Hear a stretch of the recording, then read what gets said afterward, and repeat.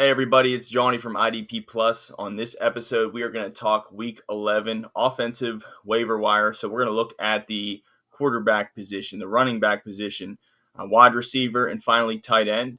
Now, this will not be my complete list. If you'd like my complete list of every position, I usually have 8 or 10 players per position. Check out my Twitter. You see on the bottom my name here. At Johnny Freak in F1 on Twitter or X, whatever you want to call it. You can find the complete list. But these are pretty much the big names, the guys that I'd like to come talk about on a podcast. So let's start it off with the quarterbacks. And the first guy I'm going to talk about, it's a good week to stream quarterbacks. There's a lot of them out there. You might be looking at Russell Wilson versus Baltimore. You might be looking at Aaron Rodgers, Jameis Winston versus New Orleans. But I think the two guys you want to hone in on this week, the first guy, I usually don't talk about over 50%, but I'm going to do it, and that's Justin Herbert. Justin Herbert last week was not pretty. 19 attempts. Usually when we have a quarterback do 19 attempts, not something to write home about. 14 completions, again, red flag. But at the same time, 2 touchdowns, 1 throwing, 1 rushing, 164 yards versus Tennessee. This was a tough defense, tough matchup. Still, another 20-point game when it's all said and done for Herbert. This is his 3rd in a row. So even though it was a tough matchup versus Tennessee, 14 completions, and you still got 20, fantasy points, and albeit a rushing touchdown that helped save the day. But Justin Herbert still available in almost half the leagues, 45% of leagues. Still working on that chemistry with Lad McConkey, Quentin Johnson. I think the chemistry gets better as the season goes. So maybe not a rest of the season play. He does have 3 good matchups coming up.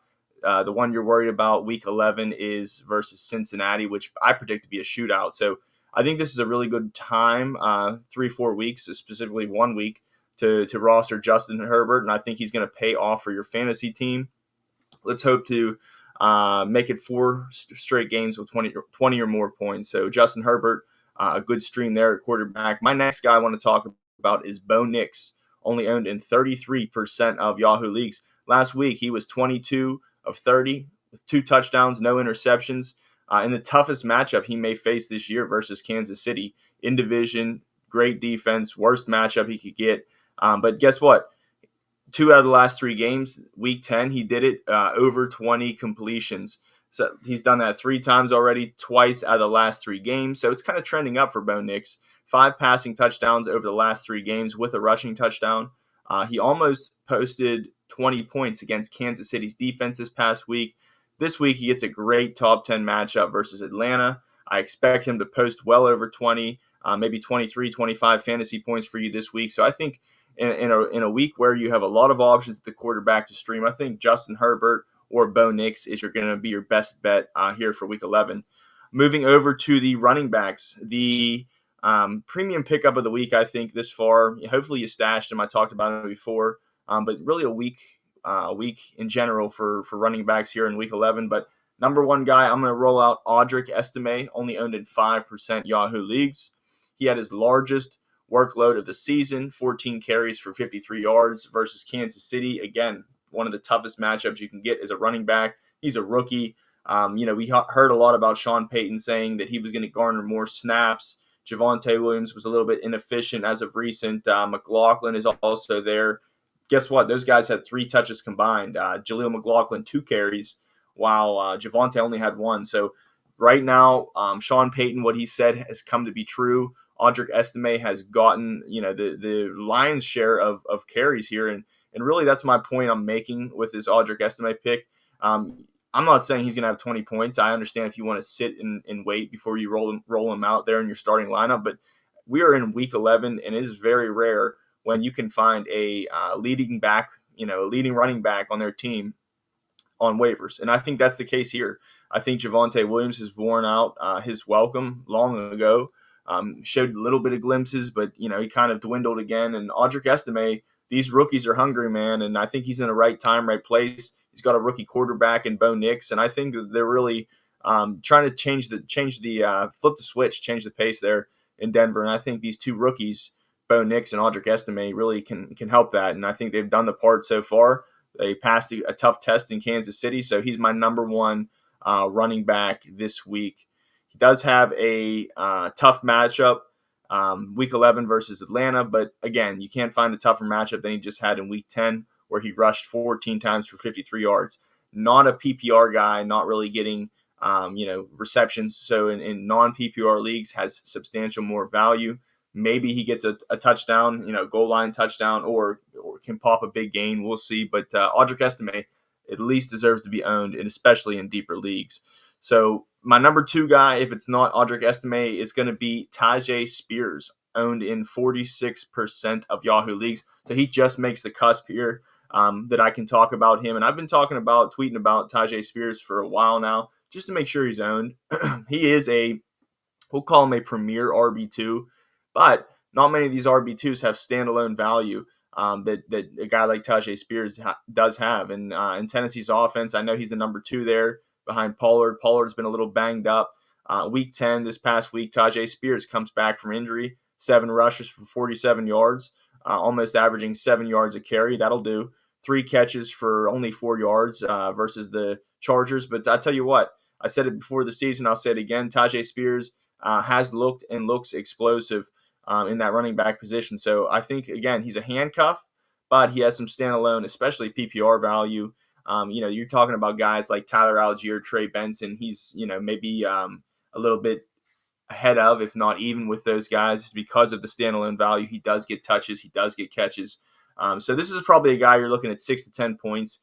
in a pinch, you can, sprinkle in your lineup. He's a good bye week filler. Does have some upside. I don't think we've seen his best yet this season.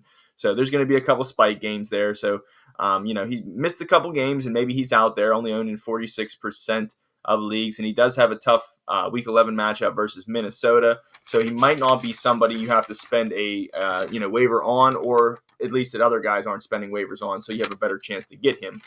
And finally, my last, I had already mentioned him subtly, but my last running back is Trey Benson that I wanted to talk about this week, owned in 18% of Yahoo leagues. Trey Benson, big frontliner. He is on bye this week. So I'm not saying pick him up and start him because you'll take a biscuit, but what I am saying is stash him. Last game, Week 10 versus the Jets, 10 carries for 62 yards, averaging over 6 yards a carry. 2 receptions for 25 yards. He's not an absolute zero. He does, for the limited touches he gets, he'll average 1 or 2 receptions a game. So this is somebody we're sitting on a gold mine here if he ever gets that lead back role. We've seen James Conner already banged up. Maybe they get to the point where the team's so far gone. We've seen Harrison Jr. have issues. They're having trouble gelling on offense. So maybe Trey Benson, this is actually a sign of things to come. I mean, he had a game 3 games ago, 1 carry, 2 games ago, 8 carries. Week 10, the last game he played, 10 carries. So the usage is trending up. Another handcuff that actually does offer, especially in deep leagues, standalone value. I know guys that had Josh Jacobs last week in a 16-man league. They started him and got 10 points. So it's like, Josh Jacobs in his down weeks, he might have 10 or 12 points. He basically was a poor man's Josh Jacobs for a week. So I don't know if that's the case, if Connor stays healthy, if he can do that every week. But again, the usage is trending up, so we have to wait and see. This is not somebody you want to drop, hold by all means if you can, especially if you don't have a deep running back room. So, even though he's on bye, when he comes back in Week 12, he gets a juicy top 10 matchup with Seattle. So again, if you're in a deeper league and you rolled him out last week, you might be able to do it just as you did next week.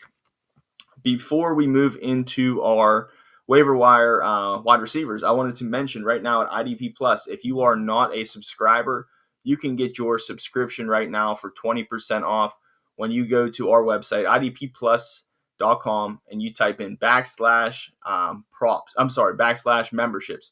And then when you sign up for your monthly subscription, use the promo code PROPS in your purchase, and you will get that 20% off. So once again, idpplus.com/memberships. When you check out with your subscription, use the promo code PROPS to get that 20% off. Moving right along into our wide receivers. So there's a guy out there still owned in over 60% of leagues. Really not the number 1, not the number 2 of his team, but he plays on such a great offense. I just can't understand why this guy's so low. So I'm going to keep talking about him until I see that, owned percentage go over 50%. And that's Ricky Pearsall. Ricky Pearsall, I don't think was getting enough love I think we do understand the potential he has, is the intangibles he has, and the first round pedigree. But at the same time, I don't think he's going anywhere. I mean, a lot of people are high on Juwan Jennings. I understand he had a good game to back it up. I see these guys kind of as neck and neck, and I don't see the volume as much here with Pearsall, but I do see the higher upside as far as like the walking bomb type players that they are. I mean, we saw Ricky Pearsall, a 46-yard catch and run where he scored a touchdown, and I mean, it was just all yards after carry. That's the type of player he is, and that's the type of potential he can have with one catch of the ball. So he doesn't really need 5, 10 catches. He only had 4 catches. He got 73 yards and a touchdown. Boom. If he can do that every game, 4 catches, 50 yards, whether he scores or not, he's going to be useful. Somebody that can get you by in a flex spot, especially, not in PPR leagues. PPR, like we said, the volume is going to take a little bit of hit there.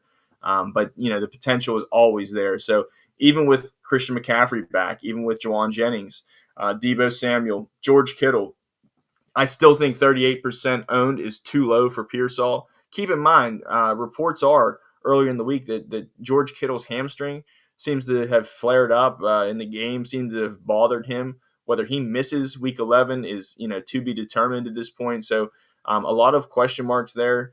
We'll see how healthy Jennings bounces back. He should be good, but Deebo Samuel's had some health scares there. So like we're one more injury away from when, Ricky Pearsall is like a poor man's Wes Welker type of player. So I see a lot of potential in Ricky Pearsall.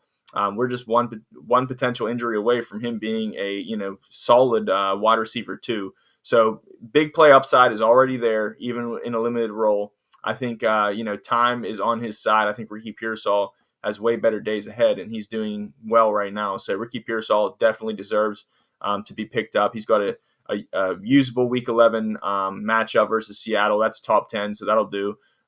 Great intangibles, first round pedigree. I think Ricky Pearsall is here to stay, and this is somebody they want to get familiar with this offense. So he's my number one wide receiver. I know there's guys like Jerry Jeudy out there. Jerry Judy's fine. He's going to get more targets, but they have a three-headed monster right there at wide receiver, and I'm not sure how that's going to shake out. And I'm just not a Jerry Jeudy truther. So Ricky Pearsall is somebody who I'd actually prioritize, even though Jerry Jeudy might be my number 2 of the week. So my next guy I want to talk about, I didn't even put him on my tweets because he's on bye this week, but I play in a lot of deep leagues, and if you do too, you probably know the name Jalen Coker. He's only owned in 8% of Yahoo leagues. He, again, is on bye this week, plays for Carolina. But this past week, when they went to Munich, and versus the overtime game versus the Giants, he had 8 targets. Was kind of the main focal point for Young there as the wide receiver room goes. I mean, he outproduced Xavier Legette by one more yard, but he had 3 catches for 41 yards. It could have been a lot better. Get this, over the last 3 weeks for Jalen Coker, 17 targets, 9 catches, 155 receiving yards, and a touchdown. That's pretty solid putting all together. I mean, that's flex worthy in deeper leagues. I know they get Thielen back. I'm not sure what the quarterback situation is going to be, if they're going to stick with Young, if it's going to be Dalton again. But what I do know is Jalen Coker is somebody that, on Twitter that people rave about. Carolina fans, they rave about. This is a guy out of Holy Cross, undrafted guy. Even Steve Smith has raved about him. Says he's a great route runner. And it kind of reminds me, I've been playing fantasy for over a decade now. You have these kind of guys that kind of are swept under the rug as rookies. I remember Jarvis Landry was somebody who was just getting attention from Tannehill at the time. I picked him up as a rookie, and he ended up being a great play for the duration of his career, as well as there was another wide receiver out there by the name of Keenan Allen when he was a rookie for the Chargers. Coaches were saying how great of a route runner he was, how well he can separate, to make a catch. And that's the same type of vibes I get from Jalen Coker. So if you're looking at history, if you're looking at points, you're probably not going to justify him being a waiver wire claim because you're not going to burn it on there. But please keep in mind, this is somebody who I don't think we've heard the last of, even though Thielen's coming back. I think that's actually going to make people forget about Jalen Coker more. But I just think that with all the down in Carolina, I think they have some positive there. And Jalen Coker being one of those young players who I think is going make a name for himself in a bad situation. So Jalen Coker, available in over 90% of leagues, is a good stash. If you have like CeeDee Lamb, Tyreek Hill, Ricky Pearsall, and another solid receiver, you're probably not thinking Jalen Coker. Understandably, this is for somebody who needs a wide receiver, maybe who has gotten hit by the injury bug, and maybe in playoff contention. I think Jalen Coker is somebody who we might be starting in lineups, talking about a good start, good flex start here in the next couple weeks.